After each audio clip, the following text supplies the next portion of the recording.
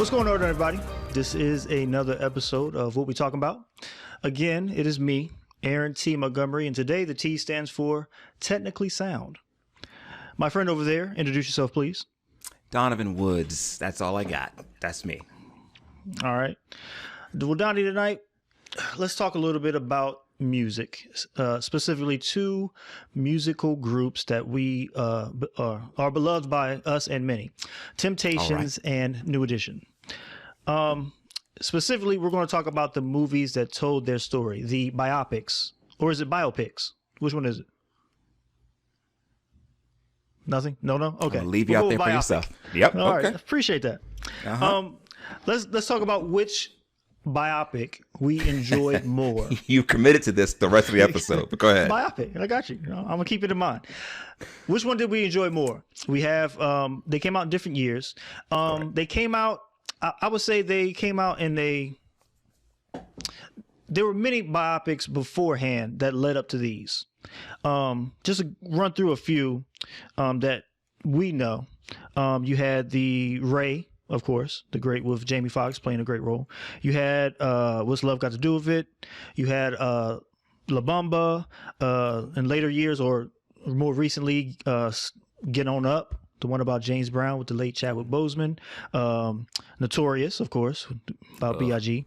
You had The Crazy Sexy Cool about TLC. You had Selena. You had Selena. You had Straight Outta Compton, of course, about a rap group. Another one I enjoyed, Walk the Line, about Still have Johnny not Cash. seen that, but I hear good things. It's pretty good. But in that vein, about a musical entertainer or a group, Temptations, New Edition, which one did you like more? First, let's start with New Edition movie. I'm gonna throw that to you. What did you like or not like about that miniseries? Well, it's much more recent. It's in the last 4 or 5 years. It, as you can see in the background, I am a fanatic over New Edition. I just love them. So I'm biased. However, I also loved TLC, and their biopic was horrific. So this was just well done, and they didn't try to do it in one night. They did it over several nights to really break up the 25, 30-year history portion of their being together. And I think that's important. Not forcing something to me in 2 hours. That's what I liked about it the most, probably. Okay. That is one of the points I put down, that I liked how detailed the story was. It really fully encompassed where the group started at, where it got to. I mean, they even dropped in the which I was praying they would. These guys got it right, because they dropped in the moment where on the Indie Heartbreak Tour, Mike Bivins meets Nate Wanye, Sean, and the other guy who didn't become part of Boyz II Men, but he meets them just like they've told that story 1,000 times. I thought that was cool. That's a great way to show the history of this band and how many lives they touch. So great series. All right, talk to me about the acting in the New Edition miniseries. It was top notch, and I did not expect that. Everybody played their role perfectly, all the way down to Brooke Payne, who I didn't really know what he really sounded like besides maybe the If It Isn't Love video, but it was perfect. Mike Bivins, to me, the character, I forget his name, Brashear, I want to say, he played to me a perfect Mike Bivins, to the cadence, to how he walked, how he carried himself. I thought the guy that played Bobby was perfect. I'm a huge Ralph fan, and I thought Ralph came across just like he's always come across to me. So even down to getting people like Lil Silas Jr. spot on. I thought they cast it well, and I thought they brought it to life, especially the choreography and singing. They were singing it live. They weren't doing any dub tracks. That was them singing. So it sounded great, and they put on a great performance. I agree with you. The Brashear, who played Mike Bivins, he actually hung with him for a certain amount of time before making the movie, just to get to know him, to get his mannerisms right. He worked with the acting coach, and he got the whatever type of Boston accent that they had, he got it down pat for Mike Bivins. Like, especially when he was talking to Ralph Tresvant and be like, Raz, the way he said it was just like Mike Bivins said it. Exactly. So I agree with you there. Great acting. So acting, musical performance, they did their own musical performance, which was phenomenal, and they sounded great when they did it. Tell me, what didn't you like about it? If anything, if you got a nitpick, we're nitpicking here. Nitpicking would be just the third act. The third act was definitely kind of like they sped through some things for me. Again, big fan. I hung on to every release every year when there were no songs coming out. I still would always talk about, well, maybe New Edition will get together. New Edition's coming back together. If they did a single album, they're going to get back together after this. So I was hoping for more. They kind of rushed through that period where they were BBD, Ralph Tresvant, and Johnny Gill. Not so much Bobby really at all, but just those three. It rushed through their first video, their little scene on BET with, I forget her name now. The BET episode they showed, I remember that and remember how uncomfortable it was, and they portrayed that perfect. But if I had to nitpick, it's just the rushing through them breaking up and before they came back together. Okay. I only wrote two things down for what I felt was negative about the movie. Okay. And it was a gift and a curse to me. You had different actors at each age level. Mm-hmm. So you had two different groups of actors portraying their growth. I found that to be a good and bad, because when we start talking about the Temptations that didn't do that, you saw the same actors portraying the Temptations young and then get older. So you saw a growth and you kind of saw them grow. Whereas in real life, we did see New Edition grow. Right. As being fans, but in the movie you didn't really get to see that. You saw these young people, then you had a completely different set of men playing the group, so you didn't see the same person. They did a great job with the casting, but I count that as a negative. And also, again, you said the third act wasn't that great. How long it was, even though they had to tell that story and it had to be detailed to make it good, it was still long. It was still very long to sit through. Like, how many times have you watched it since it came on? A few, A few. The whole thing from beginning to end, or you popped in skip. on it? I go to I go to specific segments, and particularly the second segment is my favorite. Agree. I can't, like, to think of watching it from beginning to end again is a daunting task. The first segment is long, and I knew the story. There wasn't much I didn't know when it came out in the movie. Mm-hmm. So that first segment when they're kids, it's tough to get through. But again, it was a good story. If you like to see a biopic and learn about it, it's great. I'm going to push back on you real quick. I feel like that's, in your nitpicking, you still think it was a good series. Indeed. I feel like that's hard to do or easier to do with the Temptations because they didn't really jump off until they were younger men or late teens, early 20s, whereas New Edition started at like 11 years old. So you had to have that range. Candy Girl, they were little kids. So there was like a range where you couldn't have those same actors playing that. But, I mean, I thought they still bridged it where you knew who they were. At least Johnny Gill stayed the same the whole time. Agreed. I think that's a good point. So since you started in that, let's jump over to Temptations. Talk to me about it. It will always be my favorite, story of a band. Always. And I love New Edition. I think that's a great series. But if I come across the Temptations movie on anything, I stop and I watch it to the next commercial, because that's what gave birth to New Edition. Troop, Boys to Men, New Kids on the Block, all those guys is what we saw from the Temptations, and the emotion that was running through. I think the narrator for the whole movie was Otis, and correct. I think when that movie came out, all of us were aware that he was really the only one that was alive. Yeah. So he's telling this story and how painful it must be in one sense, but it was raw, it was real, and I love it. I mean, there's some parts I didn't know because I wasn't around in the 60s and 70s, but it still held true to that Motown story. Always ended up with them being broke, but I thought it was so well done. I don't remember when that came out, but it's a while ago. It's been at least probably almost 20 years now.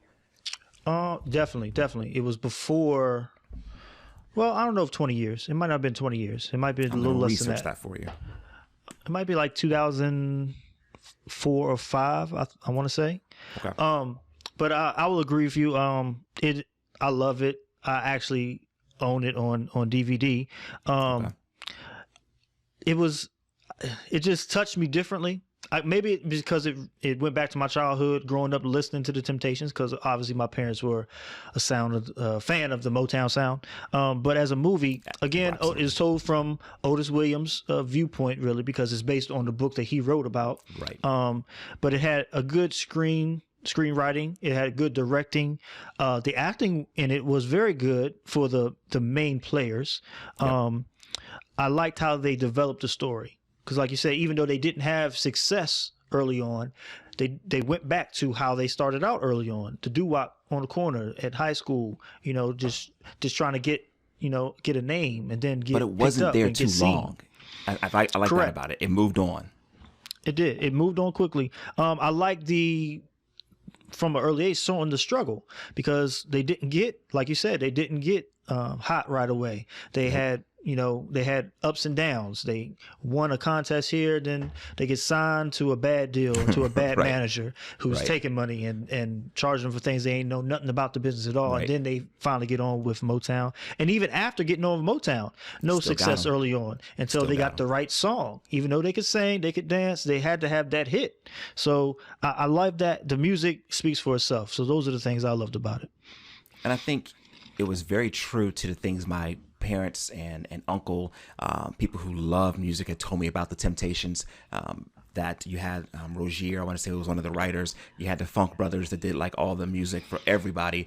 And like you said, you can have great voices. You're talking about Eddie Kendricks, David Ruffin, just classic voices. But yet, without the right material, they were not hitting. And how frustrating it must have been for them when they're that young, that some of them were married, and you've got the Supremes kicking off, you've got the Four Tops kicking off, you got groups around you that are hitting with Motown. I mean, people are just taking off. It's like hit after hit after hit. But when they hit, to me, other than the Jackson 5, maybe Diana Ross, the Supremes, they represent Motown by far the most. They are the voice and sound of Motown. Here's a question. In real life, between the two groups, we saw in the movie The Temptations how they literally made an album to have crossover success. Like Barry Gordy Right. said, to get to the Copa. That's what it was all about.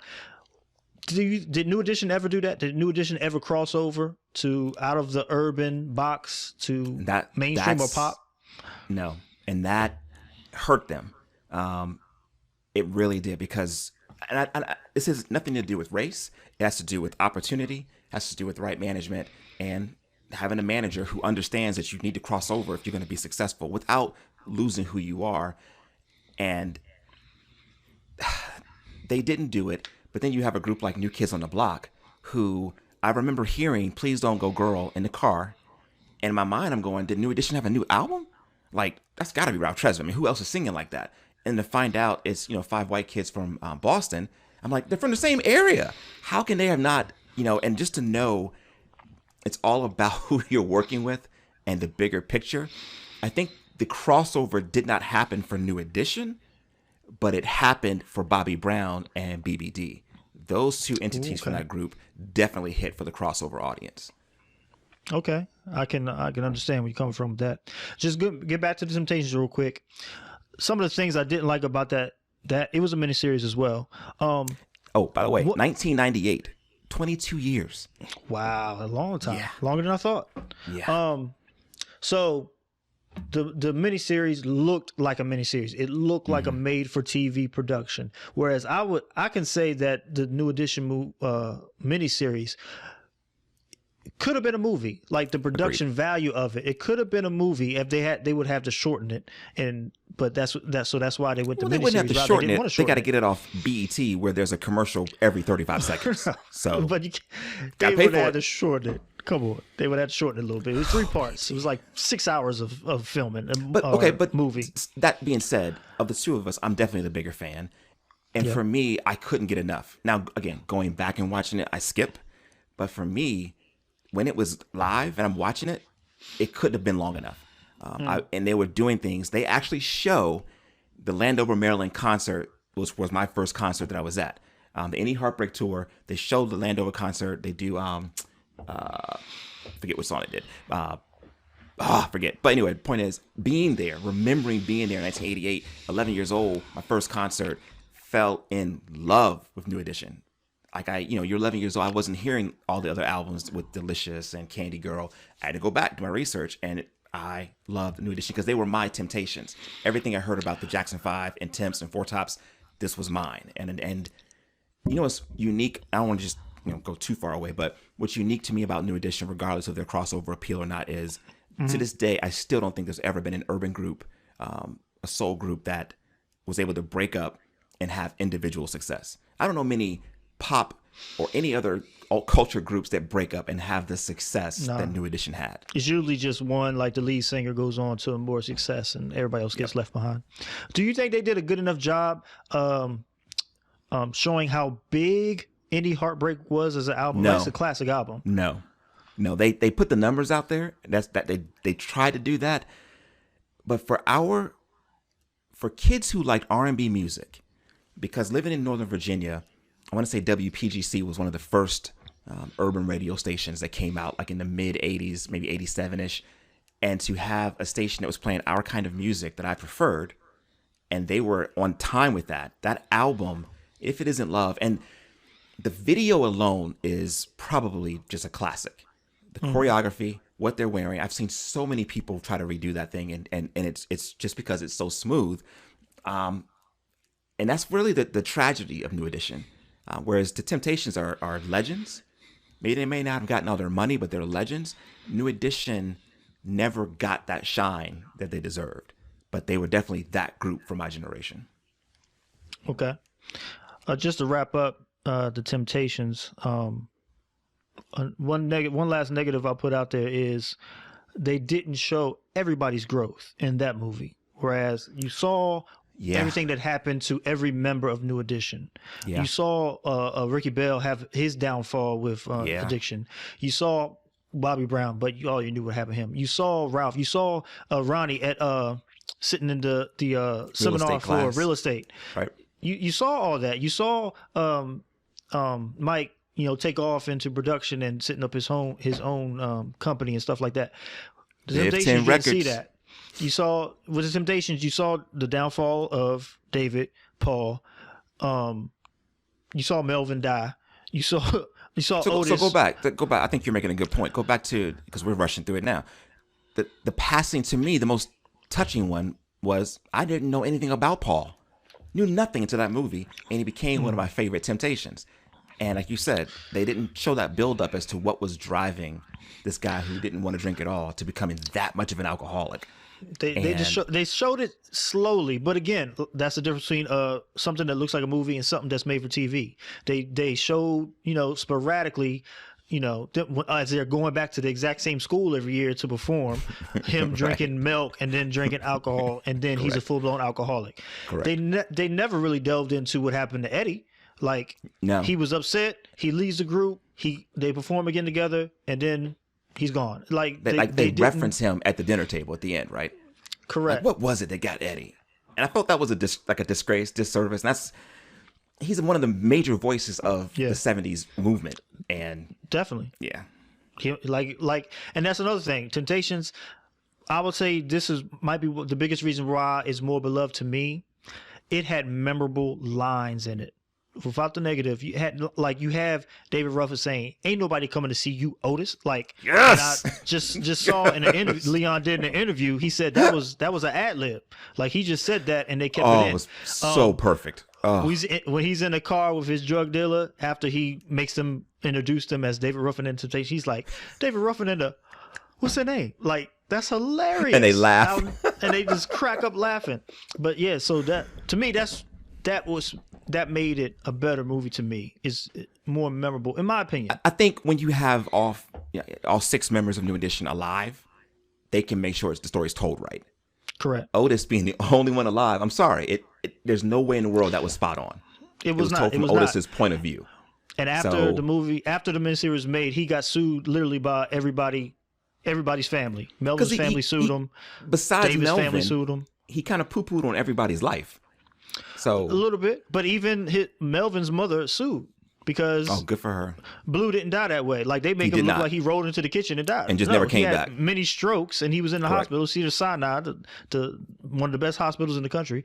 That's where he passed away. Everybody sued him. They didn't prevail, but obviously everybody else had a problem, like you said, because he being the only living member, he can tell what it is. What was his downfall? His son died because he was working too hard. He wasn't there when his son died. That's it. Right. I mean, that's it. But that was the moment. But that wasn't a downfall. That's something that happens in your life. It wasn't him making a bad decision. And I felt like this isn't. At the time, I just roll with it. But you get older, start thinking about it. It's like, okay, you're the only one alive. Nobody else got to say Was David driven to drugs? What drew him this way? Did he die that way? You talk about people's legacies. But it's spot on for who Otis is, right? Because New Edition don't go out unless they're New Edition. You may have them, Ralph and Johnny do this, or Bob and them, but we all know in this New Edition is all 6 of them, right? Whereas, I mean, how many people have actually said they were a Temptation? Good Lord. All right. So we'll wrap this up. We both loved the Temptations movie, and that is one that we will go back to time and time again. So no matter how you feel about it, let us know. Put in the comments whether you think we're right or wrong, indifferent, doesn't matter. Let us know. Thank you for joining us. We'll see you again next week.